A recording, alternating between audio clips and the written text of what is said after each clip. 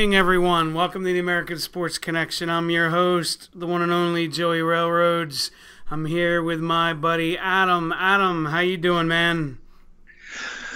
I was supposed to be dealt from this show over to the Browns to be their play-by-play guy, but they got the application in too late, so I'm all right.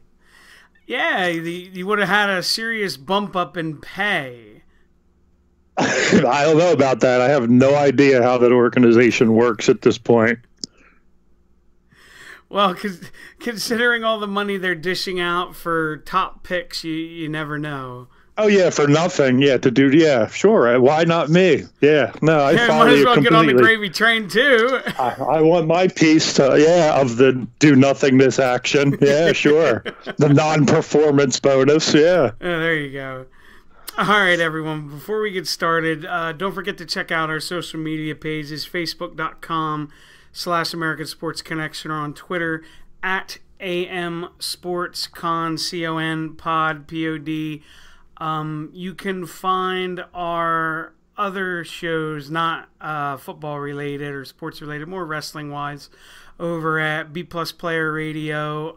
The best way to reach them and find that shit right now is at B Plus Radio. That would be the best way to do that. And if you get a chance, don't forget to check out our sponsors over at the Squared Circle Magazine.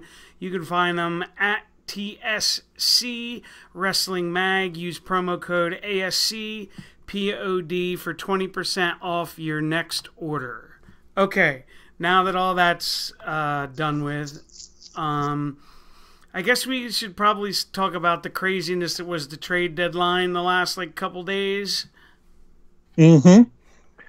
I was going to say, I don't think, and you can correct me if I'm wrong, because you're a little bit older than me, ever seen a crazier NFL trade deadline?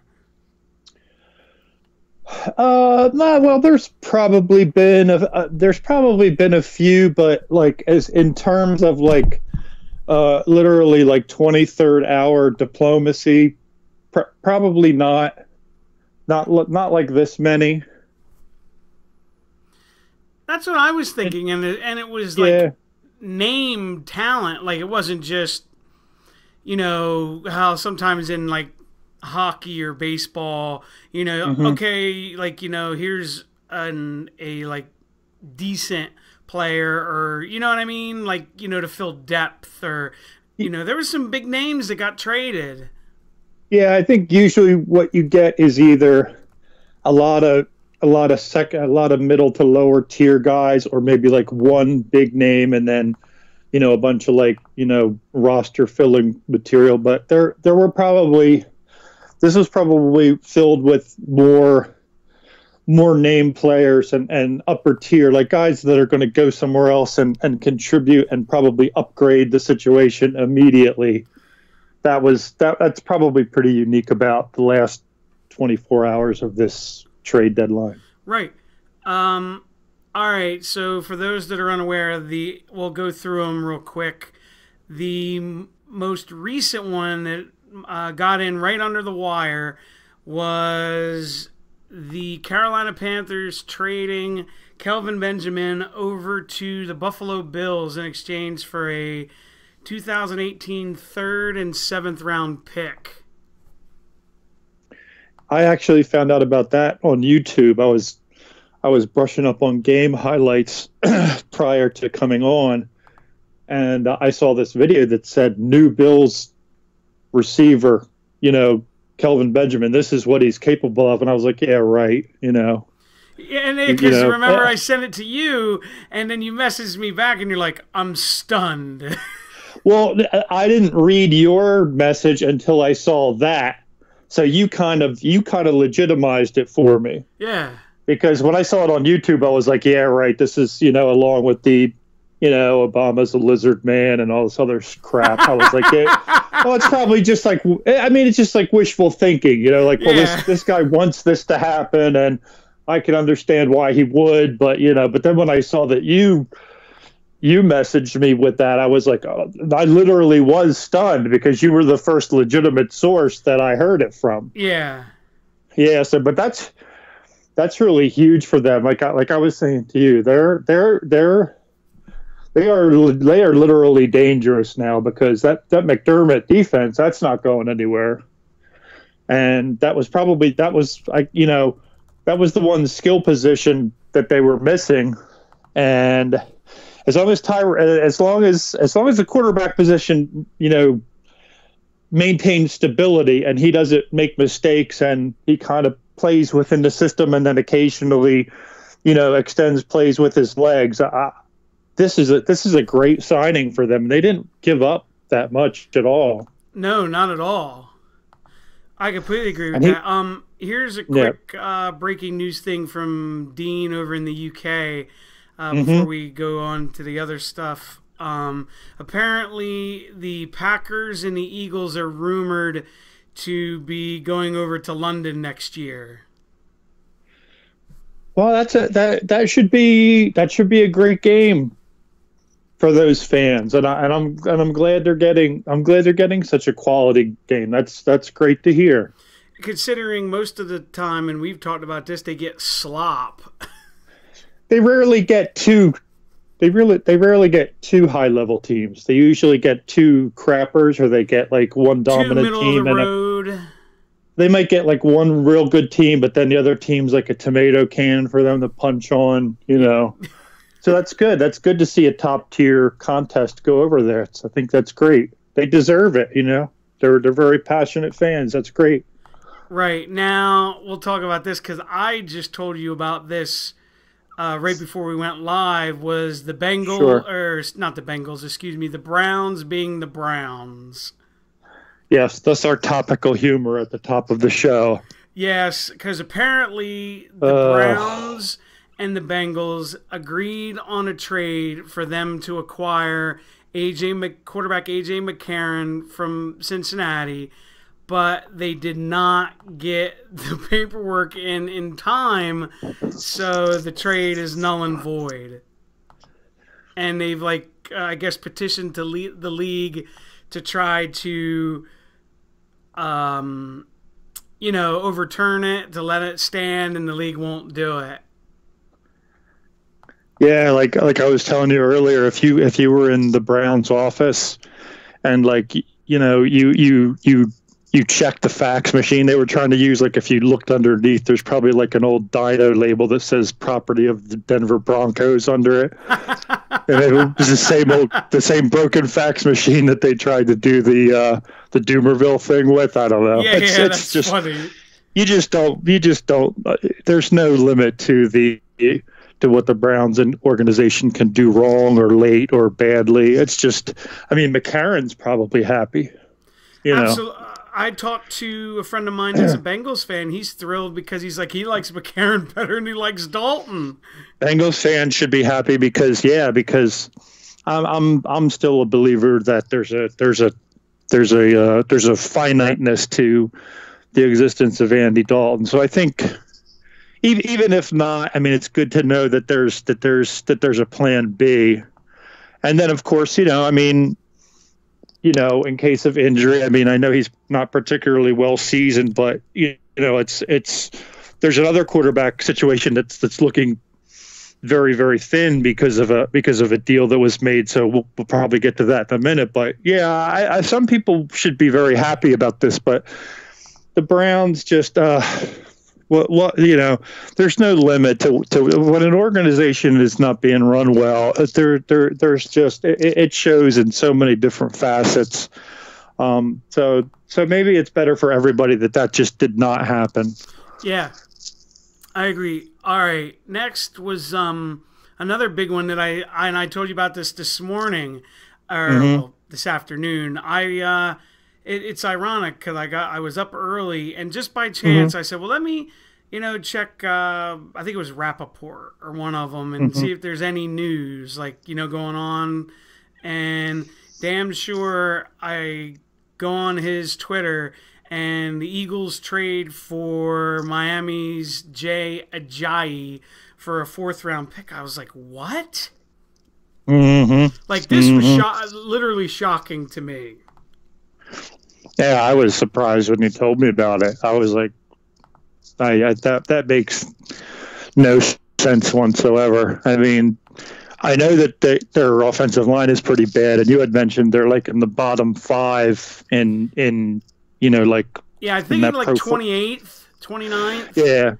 Yeah, the Pro Football Focus ranking or whatever. But yeah. You take the one thing that actually kind of, the one little cog in your wheel that kind of works smoothly, and you kind of pull it out.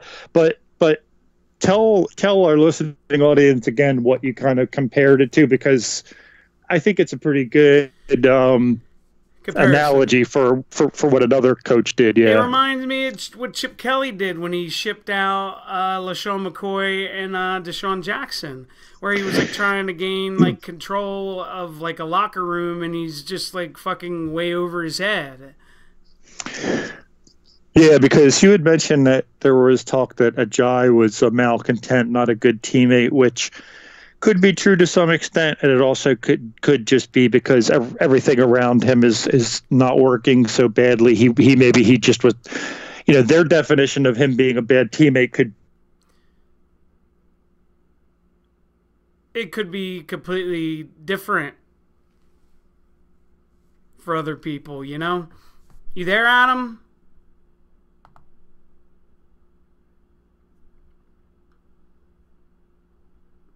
Hang on a second, everybody. This is why we do it live, like Bill O'Reilly says. If you get that joke. You there, Adam? Can you hear me okay? Yeah, you're good now. About that. So yeah, I don't know what the angle is on that, but yeah, it's a strange. It's kind of like what Kelly wanted to do. Like, instead of admitting, maybe I'm the problem.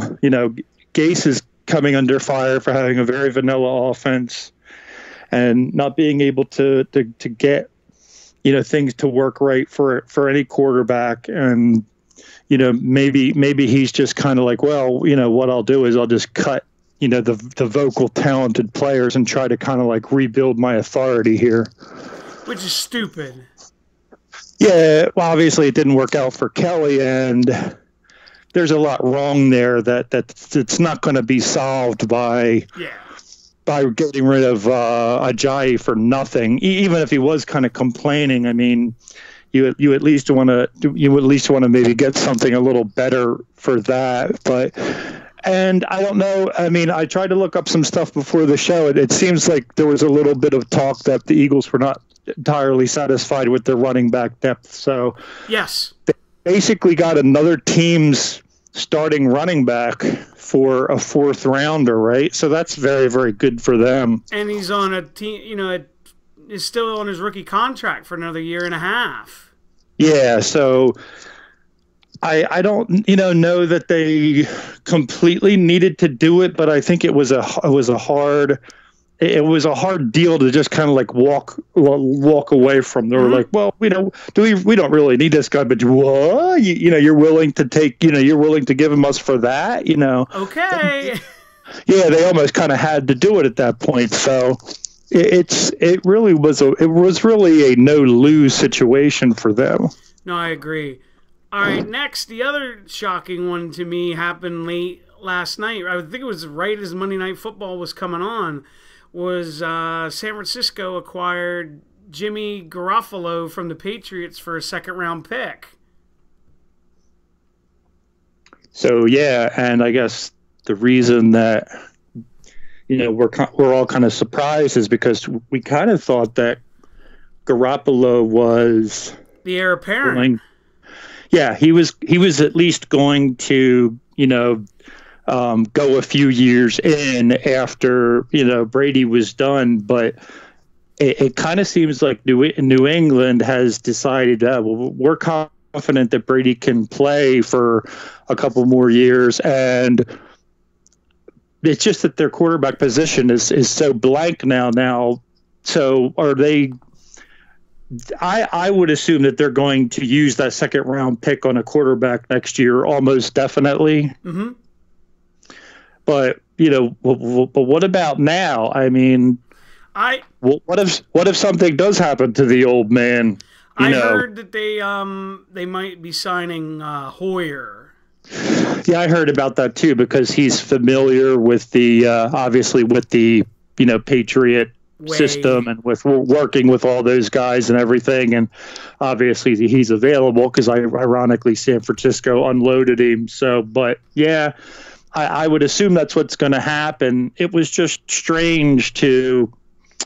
I think too. The other thing was that there was also talk that Garoppolo was kind of starting to think like he wanted a certain amount of money, and New England was like, "Yeah, your next contract with us is not going to be that because we want to hang on to Brady now." So it was it was self-serving, but it also kind of gave him an opportunity to go out and work for a genuine startership somewhere and get starter money somewhere. Yeah, as opposed to just being a clipboard guy. Yeah, because they weren't going to, because they weren't going to give it to him. So, and you know how the Patriots are. They other than Brady, there's really nobody they're going to pay, and Brady's always willing to take pay cuts. So yeah, he's like I think the one guy they've given and Seymour, but it's few and far between. Yeah. So, and even Seymour went away at the end. So. Yeah, but that was a little surprising, but it's surprising, but it shows a very clear-cut strategy. They're obviously think Tom Terrific's good for another several years, and I think it's fascinating, but I think it's pretty high risk depending on what they decide to do behind him next year, maybe. Yeah, I agree. All right, and the last one was the first shoe to drop. Was Dwayne Brown, who was with the Texans, was traded to Seattle for cornerback Jeremy Lane, a 5th-round pick this year, and a 2nd-round pick next year. Yeah, and we had talked about some linemen, about several linemen that were possibly going to go on the market. Some guys that the Eagles might look at, and some guys that just might move. And Dwayne Brown, we all knew, was one of those guys. I'm just surprised that Seattle gave up so much, and B, that they gave up.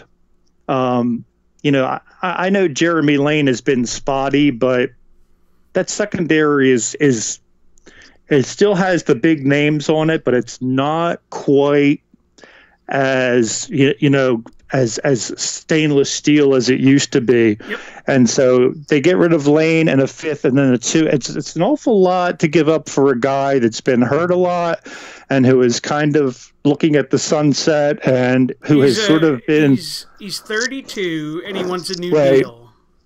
And he's been a holdout and he's been a little catty with Houston and I mean, maybe they figure, well, he can come into our motley crew, in Seattle where we have all these guys with, some marginal character issues. But I'm just surprised that they pulled the trigger on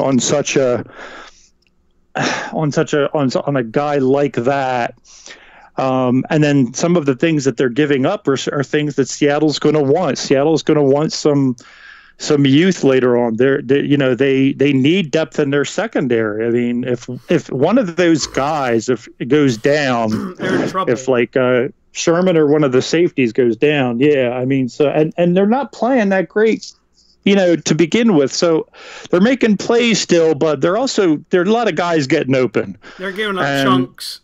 Yeah, and their pass rush is not what it used to be. Those deep crosses are getting open now because their pass rush doesn't get the guys as fast as it used to be. So I guess they felt like it could just be a now thing for them, but that's an awful lot to give up to just put the Band-Aid on to be a now. Mm-hmm. Yeah, it's and weird. then you're gonna have to, like I said, then you're gonna have to give up money. And I mean, granted, there are some guys on the back half of 30 that could still have 3 or 4 good years, but that's not a given.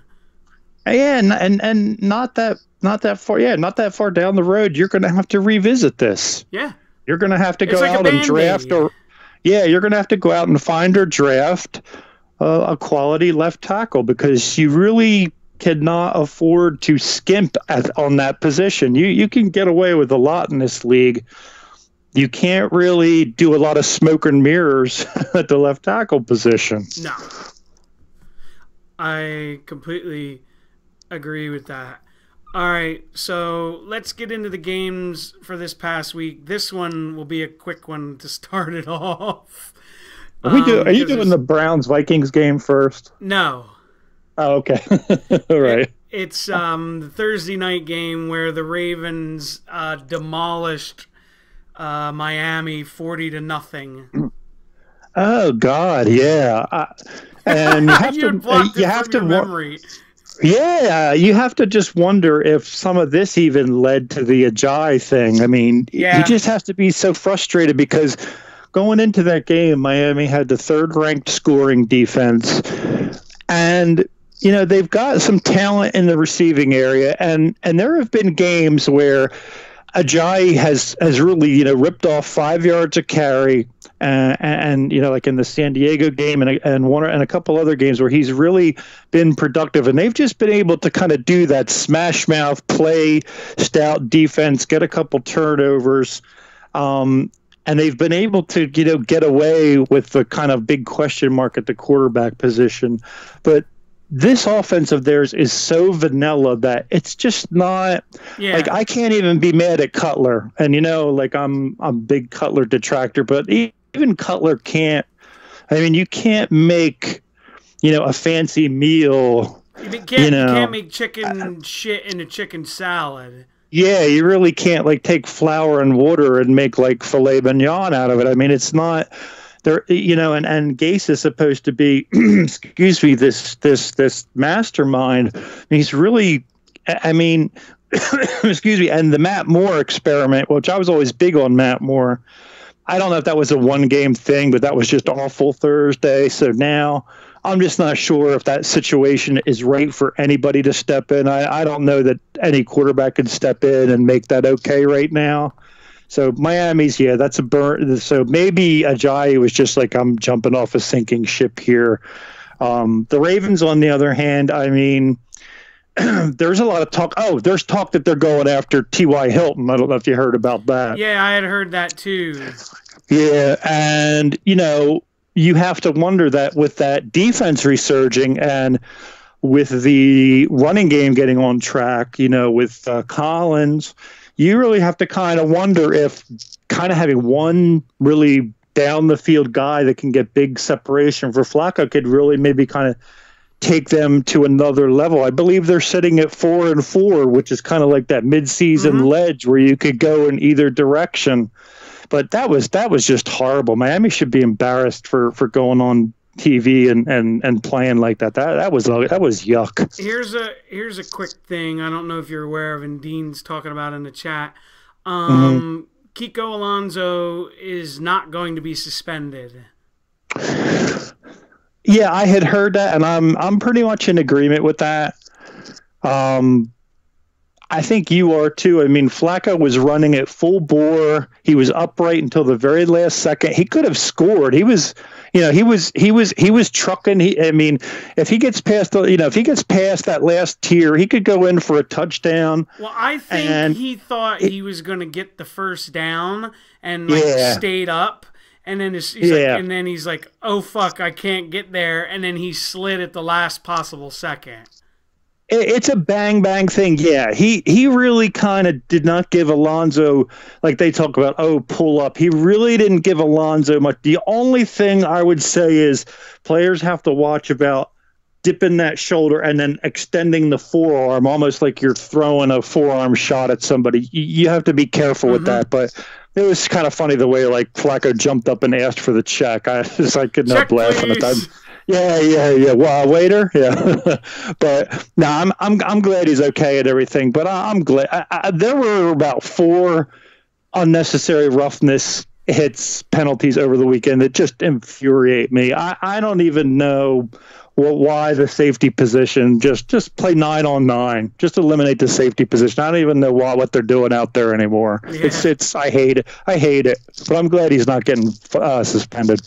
All right, next we have the game that Dean got to enjoy over on the pond. The Vikings beating up on the Browns 33-16. Yeah, so as usual, the Browns come out early. They play pretty hard. They get a tipped interception off of Keenum, and they do lead that game by 1 at the half, which really they should have led by 4. Their defense kind of collapsed in the last 40 seconds and gave up a terrible field goal drive. And the Vikings kind of looked like they got off to a very sluggish start, particularly defensively. Yeah, they looked out of it. Yeah, but as the game went on, the Browns secondary got exposed a little bit, particularly Thielen. He was really smoking them, and there were a lot of underneath stuff where the Browns were not making that very important first tackle. So you have like a 6-yard pass getting turned into a 10, 12-yard gain, and it just kind of spiraled out of control from there. It was like another one of those things where, the Browns, maybe a football games were, 23 minutes instead of 60 minutes. Maybe they would have a much better record, but turnovers again, Crowell, he ran very hard, but he also lost a fumble, and Kizer, continues to turn the ball over. And their defense, they just kind of like laid off at the end. You and I were talking about that play where it looked like it should have been fairly easy to just throw Randolph out of the back of the end zone. Mm-hmm. There's no reason why he should have come down. They just should have totally picked him up and thrown him out like a dirty bucket of bathwater. Dean said this game wasn't even a sellout. They were giving tickets away. Yeah, it looked like from what we were watching, there were a lot of empty seats, and I felt bad for the people who did all that hard work, like painting the one side of the stadium with Browns and the logo, and I was like, oh God, these poor souls. But yeah, they're just the Browns.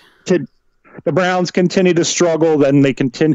And I disagree, by the way, with the idea that, everybody says, they stop trying to get a quarterback and just fill around with other pieces. No, you have to get a good quarterback. You really do. I understand the desire and the attempt to get a good quarterback.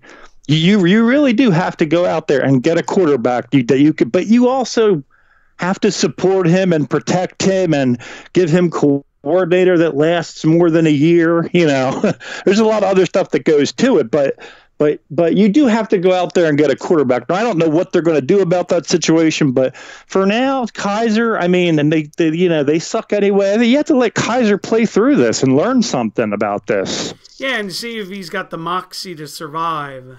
Yeah, Hugh Jackson's a teacher. Let him learn from all this, the old Christy Mathewson baseball thing. I'm leaving the son of a bitch in until he gets 3 outs. I don't care how long it takes. All right. Moving on, we have Atlanta surviving and winning a mutter against the Jets 25-20. Yeah, this is one of several games that I'm glad. Like, it would have been a good weekend to have the DirecTV package, because there were so many games that had bizarre elements and circumstances unfold, partly because of the weather and just partly because so much like back and forth where teams looked like they were in it, then they fell out of the game, then they came back in it. So what happens in this game, first of all, it is a soaking, sopping wet mess of a game. It's awful. But I want to give a shout out to Jets wide receiver Robbie Anderson for putting on a clinic of how to catch a wet football. So if any of you guys want to go back and watch the YouTube highlights, watch Robbie Anderson make some of the most fantastic catches in a bad weather football game. It's no excuse. But Catanzaro had missed 2 field goals for the Jets. And your buddy Matt Ryan, he actually fumbled. They're not all his fault, but there were actually 3 center quarterback exchange fumbles. And one was on that 2-pointer that they tried to convert to go up by 7, which they did not get. So that was a big sloppiness factor, there. But in the end, those 2 missed field goals by the Jets were very, very costly. But I understand it's wet and everything, but don't these teams prepare for this? You would think. Common sense would say yes, but who knows?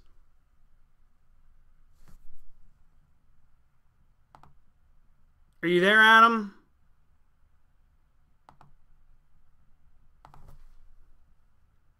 Hello? This is why we like Skype, everybody.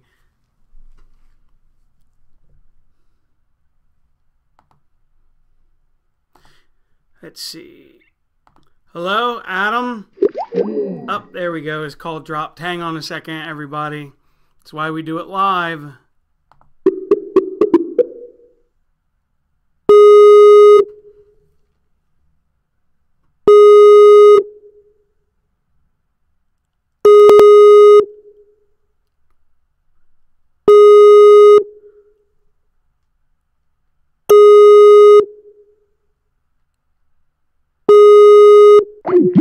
Dean, you've been sending your bad luck over here to me now. Hang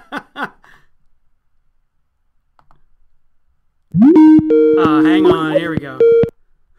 You there, Bob? There we go. There, that's better. So the Falcons are just terribly inconsistent. They remind me a lot of the Raiders. They're just horribly inconsistent, and their mistake. Their mistake level is just any team, can stay in a football game with them. We saw, the other week when Miami came all the way back and beat them down 17, which, we've seen since absolutely should not happen. Mm-hmm. But I just wanted to give a shout out to Robbie Anderson for playing such a great game at the wide receiver position in a wet game. But I have to tell you about the last play of the game before we move on because it was so funny. Okay. McCown throws a pass to Safarian Jenkins. It had to be over the middle because they had to convert a 4th and 5.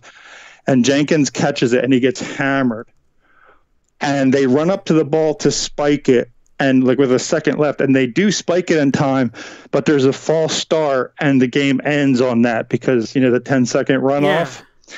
But the reason for it was because Safarian Jenkins got decked so hard that he was, out on his feet. And when he tried to get into his stance before the snap, he was so wobbly. He was not even prepared for the snap, and that's why they got the false start and the game ended. Yeah, and the Falcons were running off the field celebrating, and he was still standing there huh?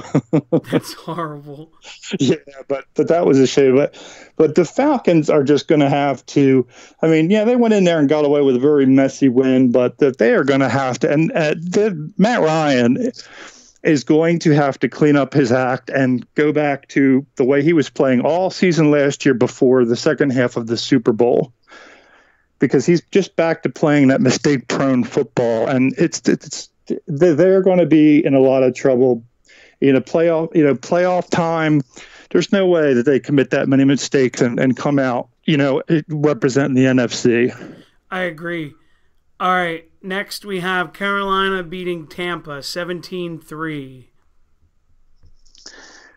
Yeah, so a younger version of this same principle, Jameis Winston. I think he had 4 turnovers yesterday that I counted, which actually led your old buddy Leonard Coleman from the Panthers to make a Brett Favre comparison, not in the accomplishment department, but in the department of no matter how talented you are, if you don't know when a play is over and just let it be over, you're going to make a lot of costly mistakes that are going to cost your team games. Mm-hmm. And that was actually said about Winston. by an opposing defender. So I thought that was very interesting. Yeah, there's not really a lot to talk about with this game. It was just a weird game. Both secondaries played very well. Both secondaries, because we know Kuechly and them are going to wreak havoc. But with both of those teams have down the field offensive weapons, and both secondaries not only got interceptions but really defended the deep ball really, really well. I was actually surprised. I thought this might be a little bit more of a shootout because we've watched Tampa's secondary struggle in a few other games this year. No, I agree. But yesterday, they really chased everything, and the same thing with Carolina's secondary. They were all over, Jackson, and in particular, they kind of frustrated him, and they were, batting a lot of balls away, and it really just kind of came down to, I think it was 10-3 in the fourth quarter, and Newton threw basically a jump ball to Benjamin in the corner of the end zone, and they put it away. And that was basically it. And all those turnovers by Winston, you can't win like that. No, I agree. All right, next we have the Eagles beating up on the 49ers 33-10. So, yeah, the Eagles were able to play a pretty crummy half of football and still win by 2 touchdowns. Yeah. What do you think was the deal with their offensive line in that first half, though? That was kind of alarming. That was otherworldly. Yeah, it was. I don't know. I just think the Niners came ready to play, and I don't know if they were expecting that. And that's what it feels like. Yeah. And of course they were excited about Beathard at first. I mean, it's always like that with the backup. He comes in, he's all fired up, he's happy to be playing, and then reality sets in. But good. Do you think that the plan to acquire somebody, Garoppolo or somebody, was already in place, or do you think that after that game that was the straw that broke the camel's back? Yeah, almost literally, because he almost did get his back broken. Oh, he took a absolute beating in that game, the quarterback for the 49ers. So you're the Eagles guy. So when your team goes out and they have some issues early on against a winless team who look pretty hungry and respectable at least for a while, but then they come up and they mop up. I mean, what were your takeaways from that? Did you see anything from that game that you could say, okay? I personally wanted them to just clean up the offensive line play early in that game, and then just trying to figure out what they're going to do with the linebacker situation, because they were giving up stuff down the seam. Yeah. Other than that, yep, not really anything noteworthy. Yeah, there's not a whole lot to take out of it, except that they didn't let those blocking breakdowns continue for the whole game. It was good to see that they went in and adjusted that. Yes. And they got Jeffrey involved, and nice other than that, touchdown. Yeah, other than that, it's just like, you hosted a bad team and you slapped them around pretty good, and that's what you're supposed to do. Yep, I agree. Good deal. All right, moving on, we have the Saints surviving Chicago 20-12. Yeah, and watching the highlights of this, I was actually very, very. I had a lot of respect for Chicago because they were smashing the Saints physically. They actually forced 3 fumbles from the running back position. Kamari, they lost a fumble. Mm-hmm. And Mark Ingram, who is a big, strong guy, they forced 2 fumbles out of him. And one of those fumbles that was forced by the safety Amos, who I'm really starting to like as an NFL safety, I am telling you that Ingram was on his way down, and Amos just reached in there. And Ingram had 2 hands on the ball. And he's a big, thick, strong guy. And he just ripped it out. He got in there, and he tore that ball. I mean, there's nothing Ingram could do. Ingram's doing all the stuff you're supposed to do. And Amos got it, and he just jackhammered that ball out of there. So they got the 3 turnovers out of them.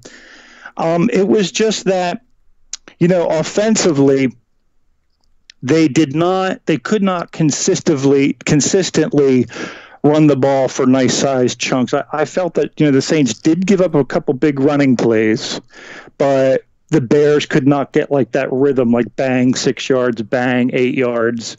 One thing that you would have thought was kind of funny was Trubisky almost had an 80-yard touchdown run, literally. Mm-hmm. Like if he had cut it back inside, he might have like literally, just rumbled for 80 yards. It might have taken like 20 minutes, but he just like broke into the open and he just was chugging, and I was like, oh my God.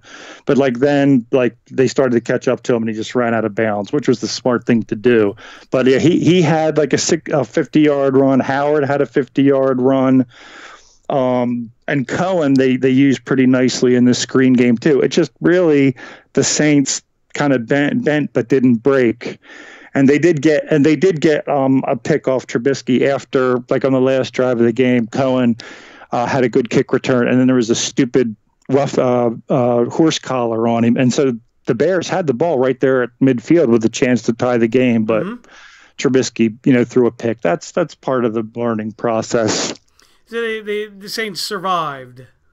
They did. They just kind of skated past that one, and it wasn't pretty. They made a lot of mistakes, and the Bears were very stout. But to give the Saints credit, they had to kind of get down and dirty and play the Bears on their own level, and they got out of there with a W. So good for them. Right. All right. Next, we have the Patriots hanging on against the Chargers, 21-13. You know the play out of this whole game that I'm going to talk about, right? Safety dance part 2. Yeah, that was the most ridiculous thing I've ever seen. I'm wondering if after the game, Kelvin Benjamin got a tweet from Dan Orlovsky, like, thanks for getting all the attention off of me finally after all these years. Not only does Benjamin muff the punt, but then he runs 7 yards backwards into the end zone. Yeah, unbelievable. I mean, and you just have to. That's the story of the game. What does a coach say? Like, what do you say to a guy? You work at this all week. What does a coach say to a guy who muffs a punt, picks it up, and runs 20 feet the wrong way, thinking that he can laterally outrun 11 guys? And how wide is an NFL field? Like 50 yards, 60 something yards, like something like that. Yeah, thinking that you can outrun 11 guys laterally who are already spread out to envelop you. Foolishness. It's stupid. So they're down at that point, and then now they have to free kick the ball, and the Patriots get it, and they go up 8 after the field goal. No, Gostkowski was shaky in this game. He actually missed a field goal that would have put them up 11. Yes. That would have made that last Chargers drive completely irrelevant. Correct. So other than the big, long run by Melvin Gordon, the Patriots defense was pretty stout. Mm-hmm. And Dan Fouts, he had the call of the day in the NFL on that long Gordon touchdown. As Gordon was streaking to the end zone, Fouts goes, "Oh, well, there's your turf toe." but yeah, other than that, I mean, yeah, they pressured Rivers pretty well. And I still don't understand why Rivers, I mean, I'm not trying to nitpick. I know it's a tough situation.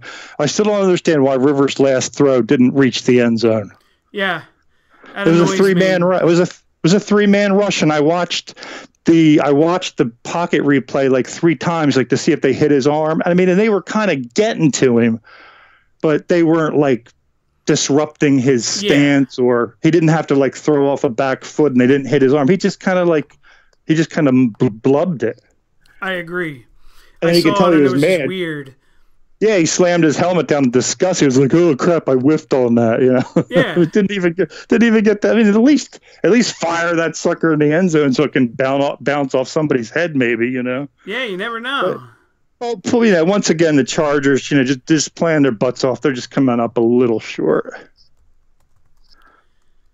I agree. All right, next we have the Bills beating up on the Raiders, 34-14. So Oakland comes down on their first scoring drive, and they look absolutely beautiful. Washington's running the ball well. They get a couple nice throws to Cooper, who goes down the dirt, makes a catch, couple of nice throws to Crabtree. Then a rare pass down to the 1-yard line, and they're blocking tight end Lee Smith, who's actually a former Buffalo Bill. and then Olawale pumps, smashes it in, and you're thinking, okay, here we go. Then they get the ball back with a chance to score, and you're thinking, okay, this is the way we want to start on the road. We're feeding off last week's rhythm. This was looking good, and then the wheels just fall off. How about saying it all went to hell? The turnover circus begins. Washington catches a pass, gets decked, helmet right on the ball, pops up. Returned for a touchdown. Carr throws a soft floater in a very dangerous middle part of the field. It gets deflected. You know how they talk about the old tip drill? Mm-hmm. And in practice, you'd knock the ball up in the air, and then the safety, that's exactly what they did. The linebacker tipped the pass. Micah Hyde charged it and picked it off. It was a very good defensive play. Then it was like everybody was like, oh, I want in on this flub fest. So Cordell Patterson muffs a punt or kickoff, but he doesn't muff it, but he fumbles it during the return. Yeah. Fortunately, he gets it back. Then Jalen Richard muffs a punt and loses it. And it just completely, and you can see now it's kind of like flip-flop of what the Raiders were dealing with earlier. Now their defense is really playing hard, and the offense just can't get it together. And it was a shame, especially that one drive where the Bills needed 7 plays to get it in from inside the 5. And on that last, fourth down where Taylor, does that dive into the end zone, mm-hmm. he actually got hit in midair and fumbled it, and the Raiders recovered it. But they said that he just got the ball over by a hair's breadth, But my point being was that the defense was just playing their butts off. But Oakland's offense kept giving the ball back to Buffalo, and you were telling me how really McCoy is one of the best fourth quarter running backs really ever. Mm-hmm. And so it just broke down after a while. But so now those teams are going in two different directions. You're looking at a Buffalo team that can now maybe play with almost anybody in the AFC because of that defense. Correct. And now you're looking at an Oakland team that almost has to maybe go 6-2 to even have a chance, and that would only give them a chance. Correct. But I don't see it because they're just Derek Carr is included in this. They're just too inconsistent right now. I see them about a 500 finish. I really don't think they're going to get in. We'll have to wait and see. Yep, but the Bills deserve a lot of credit. Sean McDermott deserves a lot of credit. No, he's turned them around very quickly. And he's got that Tyrod Taylor playing very comfortable. I really do not think Tyrod Taylor would make it to this stage of NFL quarterbacking. Yeah. All right. Next, we have the Bengals coming from behind and beating the Colts 24-23. See if you can guess which play. I'm thinking of a play. I'm thinking of a play that ridiculously turned the momentum in this game and dropped it into the lap of the Cincinnati Bengals. Can you toss a guess out there as to what play I might be talking about? No clue. Yeah, the interception that was returned 16 yards for a touchdown by King Dunlap. It was basically a pass that was thrown by Brissett when they had the lead. Oh, yeah, and it basically got batted up in the air. Yeah, it got that up in the air. Dunlap just came down with it. But I know, Brissett still has a lot of learning to do. But, in that situation, just protect the ball and protect your lead. Because their defense was playing, very ferociously, had forced a couple fumbles. And honestly, Frank Gore, your buddy, he was running the ball well. Mack was running the ball well and out of the screen game, and they were in a very good position to just kind of go on a nice time-consuming drive and maybe kick a field goal and put that game away. But then you have that play happen, and now it turns things completely upside down. Now you're in freak mode. You have to hurry up and score again, and they could just never get it done. Yeah, I agree. They basically hung on the Bengals. It was a weird game. That was one of those games they were just begging to give away, and the Colts said, "No, thank you, sir. You can have it. We'll do it first." Yeah, please, by all means, Yeah. All right, next we have one of the more exciting games of the week. Seattle coming from behind in the last 30 seconds to beat Houston 41-38. Yeah, I really thought you were going to text me yesterday and say, so the show for the Seattle-Houston game will be at 5:30, and then the other show will be at 6 o'clock. I mean, this is just complete insanity. It was such a fun game to watch, and to see Deshaun Watson do this against a defense that can be very intimidating, to say the least. Oh, yeah. And it wasn't just about scrambling around and being athletic. I mean, he bought himself time. He kept his eyes down the field. Maybe the best, most mature play he really made was where he spun out of that sack near the goal line and just kind of lasered it to Fuller, I think it was, for a touchdown, or maybe to the running back for that 6-yard touchdown. Yeah, either way, he looks like a seasoned quarterback as opposed to a rookie. He does, yeah. He looks very much in control, and he looks very much very much understanding of how the route trees are going to unfold. Mm-hmm. I think Bill O'Brien has done a great job of setting him up with some different packages where, sometimes Fuller is underneath. They do like fake reverses. That one fake screen touchdown throw was absolutely beautiful. I mean, that was so much fun to watch, and his guy is Fuller. His guy isn't even Hopkins. His favorite guy is Fuller. Those two have a rapport, and that's going to be a lot of fun to watch. I agree. This was just if you haven't seen it, it was the game of the week. It was just so much fun, back and forth. Yeah, if you have NFL Network, check the listings and see if you can catch the replay of that game. If you can go back and catch the replay of one game, this is the game. But do you realize we didn't even talk about the team that won the game? No. I really don't understand how Seattle continues to do it. Like we were saying this during the game, how Russell Wilson continues. They'll always get a big play when they need it, even when you know it's coming. It's like the Jerry Rice thing. You know. That's what you have to stop. So you put 5 guys on. You put however many in the secondary, and they still beat you. And somehow they still end up with these one-on. Most of them look like they end up being one-on-one matchups. That's what I don't. And I think a lot of it has to do with Wilson breaking contain and running away. And guys either float or maybe they start coming back to him. Yeah, but break off routes and they always end up with one-on-ones. I mean, sometimes he'll do it into a ball that's double covered, but most of the time, these balls sail downfield, and it's like, holy crap, the guy had one-on-one and he just out-jumped him. Yeah. And it's all these guys. It's not like there's just one big clutch play guy. It's like they all have the magic. Richardson, Baldwin, Lockett. I don't know if I'm forgetting anybody, but all of them. They all have, Wilson, the other Wilson. He catches the winning touchdown, right? The other tight end? No, it was... Or was that Graham? Yeah, it was Graham. Sorry, it was Graham. Yeah, no, it's okay. But he's wide open.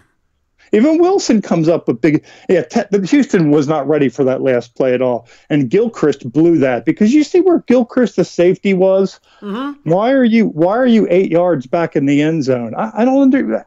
What's needed back there? Yeah. the crossbar of the goalpost is your defender back there. You don't need to be back there, but that just goes to show they were completely not ready. But Seattle is so used to these, and they did it in 3 plays, dude. 3 plays. Yeah, they didn't even bat an eye.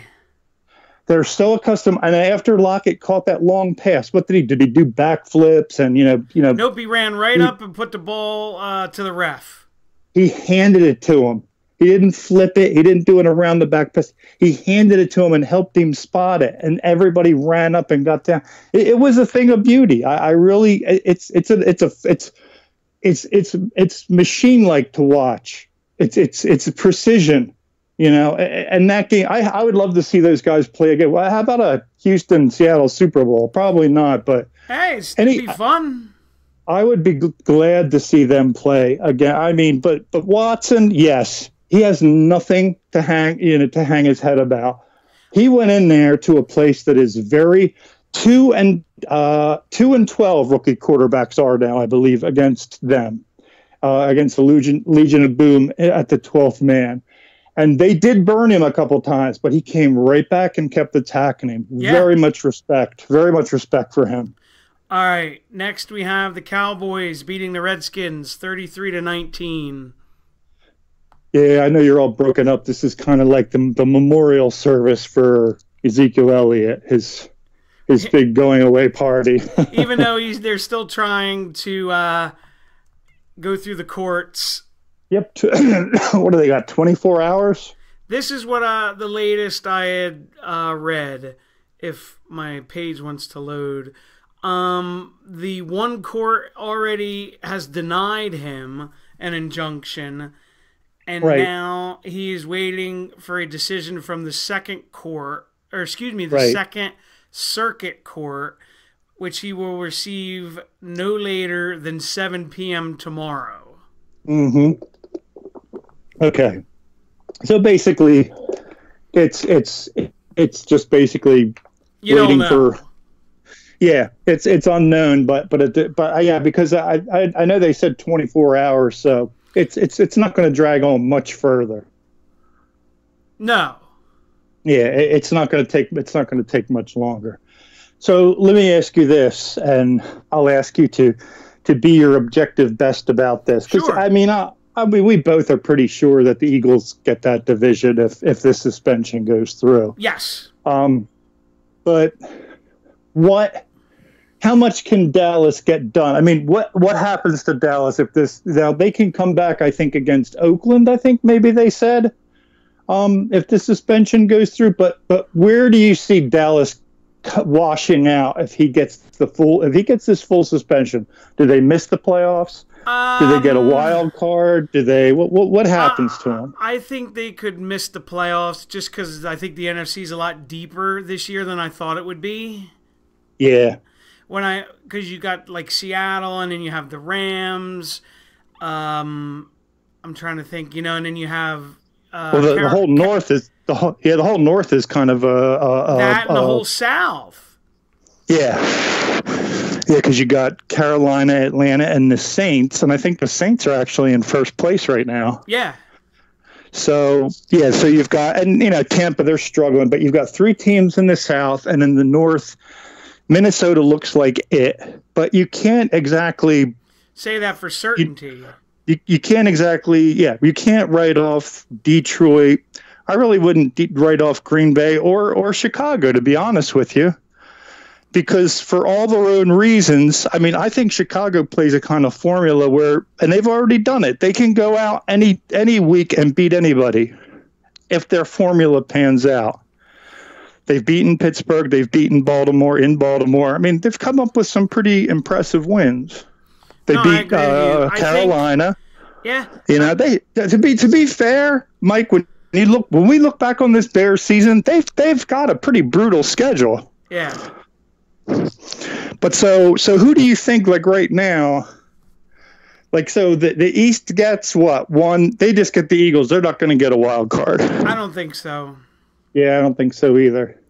But what I was going to say is I think this game with Dallas was kind of like burying the Redskins because they're just like decimated with injuries on their offensive line. Yeah, and but I give Cousins, not to cut you off, I give Cousins all the credit in the world because he's a gamer. He's so tough. I mean, he is so resilient. He really is. And did you hear that there was talk that he was going to end up being a 49er before all this other stuff went down? Yeah. That's weird. I'm a little surprised. I'll tell you where that. I think he's going in a little bit. Okay. But that's all I really have to say about this Dallas game. It was just they basically did what they had to do in this mess, and the injuries caught up to the Redskins. Yeah, Washington, their defense is better, but I don't think they've ever quite put a running game together yet. Yeah. And Cousins needs that. As adaptive and as competitive as he's been, he's kind of quarterback. He needs that because he's a very good play action quarterback. No, I agree with that, but I just think that was the death knell for their playoff hopes. But I could be wrong. Oh yeah, no, I agree with you. I don't think anybody, but I don't think anybody other than Philadelphia is coming out of that. No, I really don't believe it at all.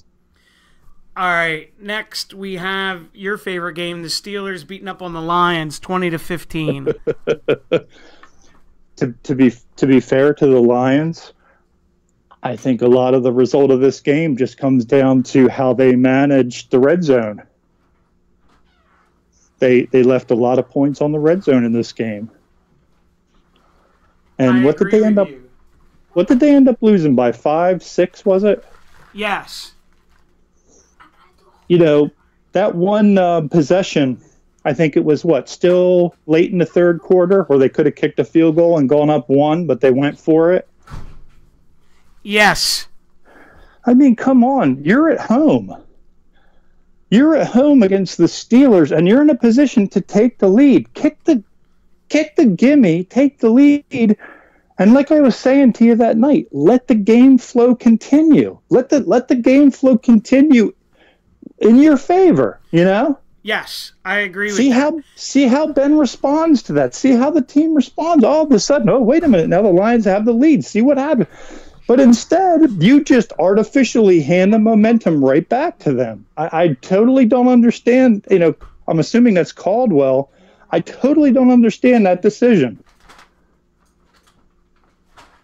No, I completely agree with you. And there was some vicious hits in this game. I know Dean will appreciate them. Yeah, that safety Davis, he's a monstrosity. I hate to say this, but I almost didn't miss Mike Mitchell. No. I mean, it was scary. Davis but that secondary is so much better already. If you're a Steelers fan, you have to be very excited for how much that secondary has improved. Yeah, I agree with you. I think they're like the second in the league right now in the terms of giving up yards per game in the pass. And I'm sure that their pass rush has something to do with that too. But when you go back a few years and look at what a lost cause that secondary was, and they were not. And to be fair, people thought that Burns draft was a disaster, and it really hasn't turned out to be that bad. Yeah. Burns is playing well. That kid Hilton is playing well. The safety Davis is awesome. You know, you still got Mitchell back there, you know, committing felonies. You know, and of course the Hayden thing, that was just manna from heaven, because now you have the veteran that can come in there and teach them and sort of, you know, keep everybody in position. I think it's great. All right, yeah. All right, and last, but certainly not least, we have the Kansas City Chiefs beating up on Denver 29-19. Yeah, I think not to oversimplify it, but I think we have to agree at this point, as per what we were chatting about last night, that the Denver's quarterback situation has to change. Yeah. Before this can, you know, because they still have that one of the best, if not the best, corner tandems in football. The losing TJ Ward doesn't look that bad because that kid Simmons, I really like him. And they still have a good pass rush, and their run defense is actually, I had made a mistake in talking to you the other night. Their run defense is actually second only to the Eagles now. I had no idea. Yeah. So, you know, they got a lot of stuff, but they just, you know, that quarterback situation, Sanders is going to come back for your game. Yes. Which is going to change things a lot, because Simeons need guys who make separation. And did you notice in the game last night that when they put Denarius in the slot, things worked out much better? Mm-hmm.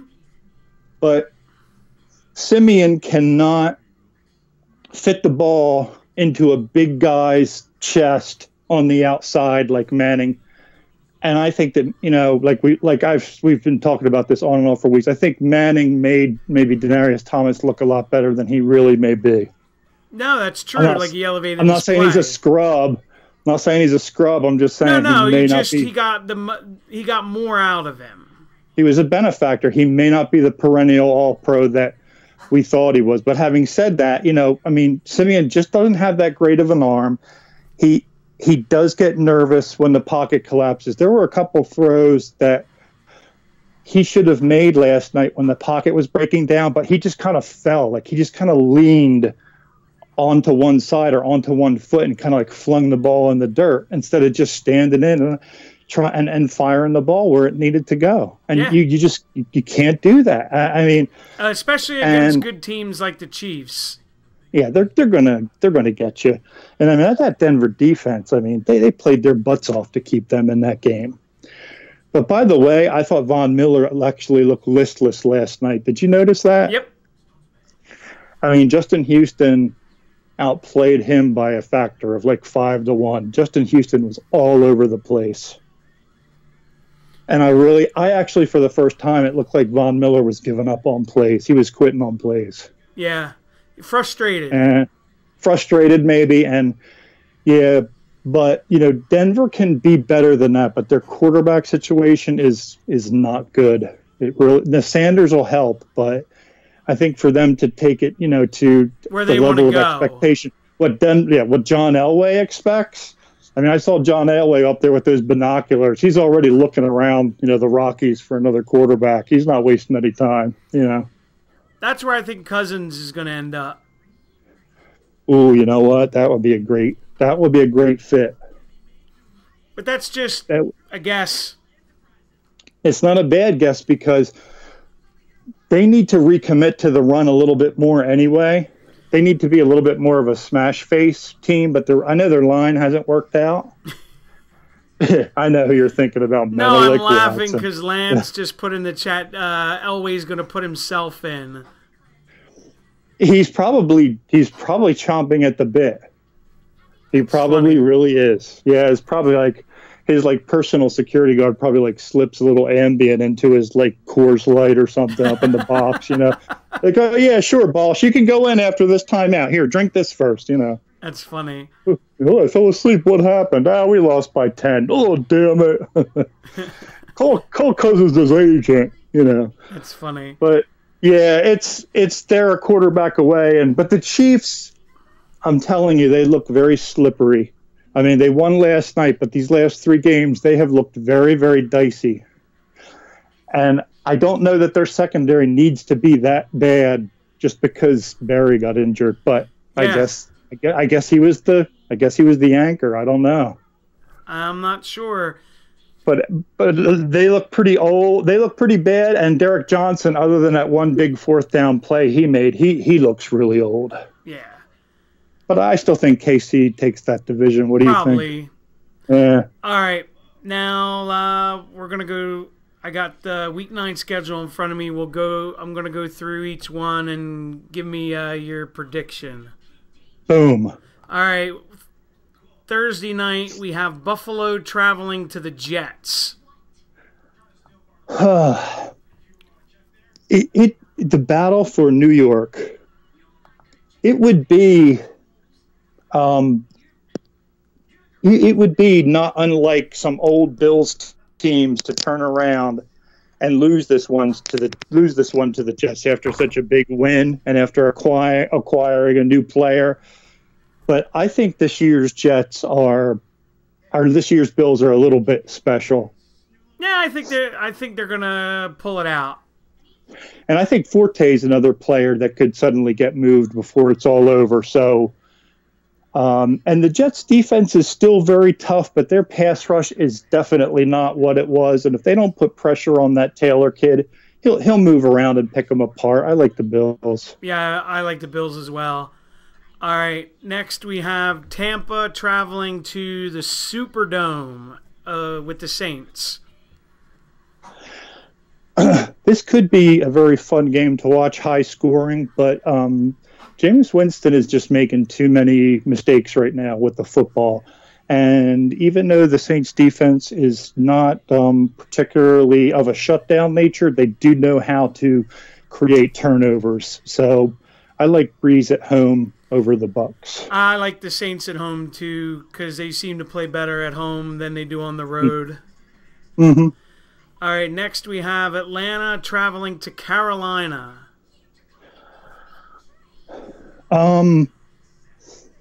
I think that Atlanta is going to beat Carolina. I think that Cam Newton is looking a little bit amateurish lately. I think that he's eyeballing receivers a little bit too much. Mm-hmm. I think that losing Benjamin, they're going to have to adjust to that. And a more mature quarterback, I would say, would take the reins in and take control of things and adjust the game plan. But I think Newton's going to try to be Superman. He's going to try to, uncork that S on his chest and do too much. He's probably going to try to force some things, probably going to make some mistakes. And I think that the Falcons, who are not that far away, their fans can make a little bus trip up there. I think the Falcons can win that game. I'm actually going to take Carolina just for the simple reason the way Matt Ryan has been playing very carelessly with the ball and the way Carolina's defense has been playing, he could probably serve up a couple turnovers. I absolutely believe that as well. As a matter of fact, the over-under, the quarterback that turns it over less than 3 times might be the winner. Yeah, I agree. I'm going to take Carolina in this one. Mm-hmm. All right, moving on, we have the Rams traveling to the Giants. The big very sigh. Very difficult for me to come up with a reason why the Giants would. The Giants were, heroic in going into Denver and winning that game. But I like Wade Phillips' defense. I like the way Goff is working through his progressions. He's well protected. Gurley is just a battering ram.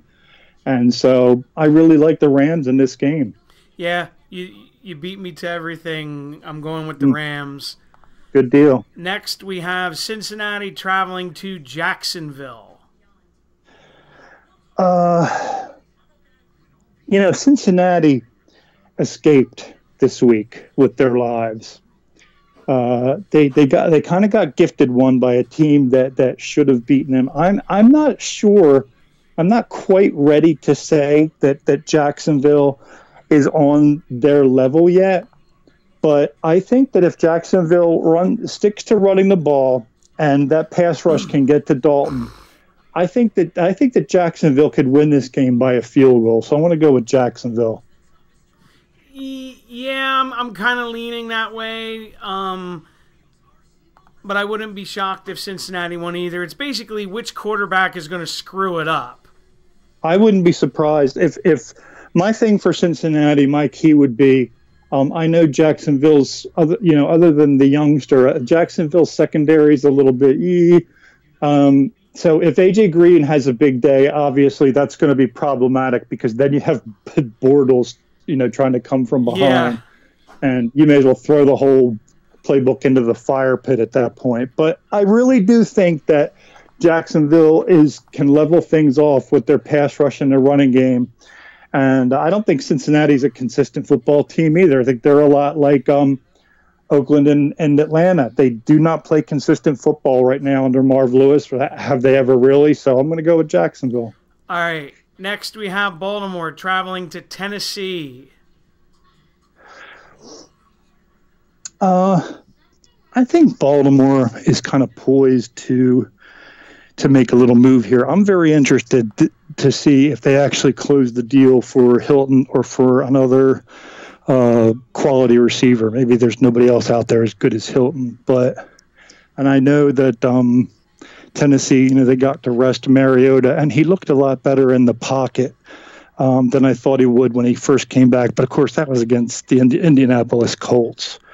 So I'm not quite ready, despite the fact that their defense plays very hard and they have a good running game. I'm not ready to say that Tennessee is going to take a game away from Baltimore that Baltimore knows. Jim Harbaugh knows they need this game, so I'm going to take Baltimore. Yeah, I'm going to take Baltimore with the way their defense has been playing. I think it'll be enough. Yep. All right, next we have Denver traveling to Philadelphia. Yeah, I like the Eagles. I don't like Simeon. I think I know.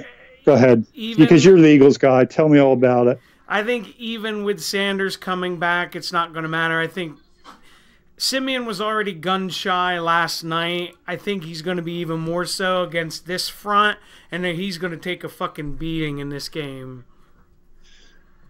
Oh, I think Schwartz is going to be licking his chops preparing for this one. Oh, yeah.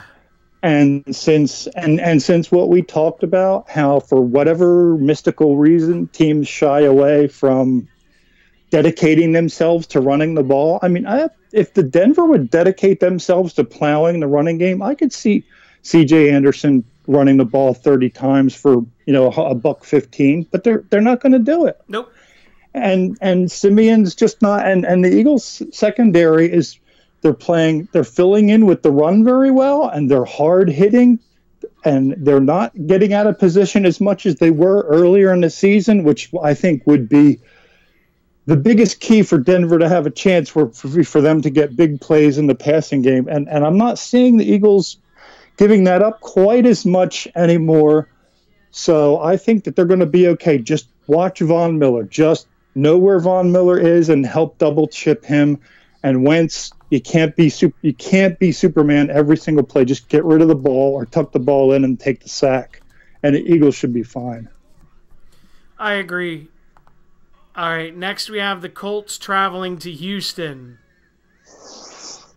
Let's say like Houston, maybe 38-6. This is going to get ugly.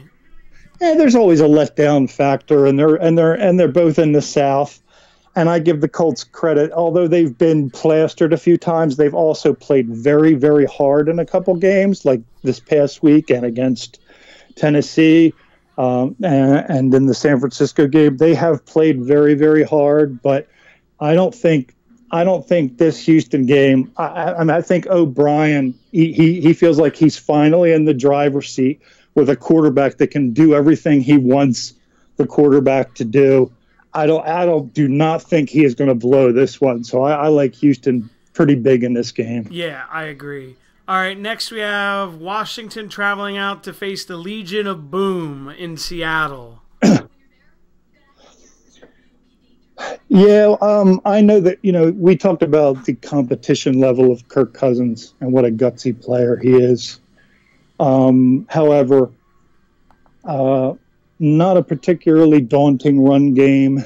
And although their defense is much improved, I think that with the dinging up on the offensive line, the linebackers, the secondary, I think Russell Wilson will perform some of his usual Houdini stuff and get some big plays down the field.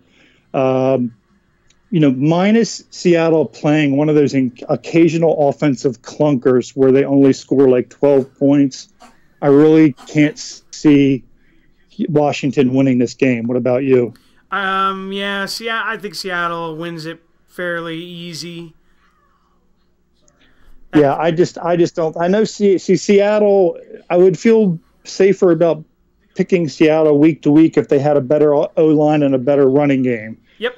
Because you can only do so much of this highlight reel stuff. But let's face it, man. Legion of Boom, Wilson, all those playmakers. They're crazy, and I think they can get it done against. I think you have to think about what quarterback they're matching up against every week. And I think Cousins is a quarterback that they will match up against favorably. All right, we have Arizona traveling to San Francisco. We're all kind of rooting in a way for San Francisco to get their first win. I know I kind of am because those guys are playing their butts off. I just don't see it here. Yeah, didn't they play? Did they play Arizona once already and play them really tough? Yes. Yeah. However, at this phase, I got to see them win first. That's exactly what I was just going to say. It's kind of like until you actually do it, I am not going to I'm not going to go out on a limb for you, so I'm going to have to go with Arizona here. Sorry, Garoppolo. Yep, me too. All right, next we have Kansas City traveling to Dallas. Dallas, I think if this suspension goes through, they just can't play the kind of offensive game plan that they prefer to play. And they might be able to pull that off against some teams, but against a team with as many offensive weapons as Kansas City and the kind of pass rush that Kansas City features, I don't think that they can do it with a plan B. So I got to go with Kansas City unless, somehow Ezekiel ends up in this game, then they have a chance, a prohibitive chance. Yeah. But I like Kansas City. I agree with everything you said. I'm going with the Chiefs. Yeah, you can't take Dallas out of their comfort zone and then expect them to beat a Chiefs team that regularly puts up 30 points. All right, next on Sunday night we have Oakland going to Miami. Well, as disgusted as I've been with the Raiders lately, with everything that's happened to Miami, I really can't see Miami winning this game. I love the way their defense plays. Their defense plays very hard, and they got a very stiff scoring defense. But I think Oakland with 5 losses is going to be playing for their playoff lives. And, I think in the end that the Raiders have to find a way to go down there and win this game. It's a night game. It's not another one of those 1 o'clock games that they hate. So I'd take Oakland in this game. I'm going to take Oakland because the Dolphins, they just seem like they're a dumpster fire right now. Yeah, I was just going to say that too. They're in flux. They're in flux right now. They need a therapist. They're not focused. All right.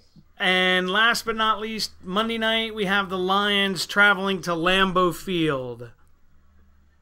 I think this is a great game. I mean, I know a lot of people there's no Rodgers and the Lions are struggling. But I think that's exactly why it's a great game, because they're NFC North rivals. Yeah, they hate each other. They'll both be up for it. Yep. And the Packers are going to have to figure out a way to do it without Rodgers, and the Lions are going to have to figure out a way to, kind of climb out of this struggling streak.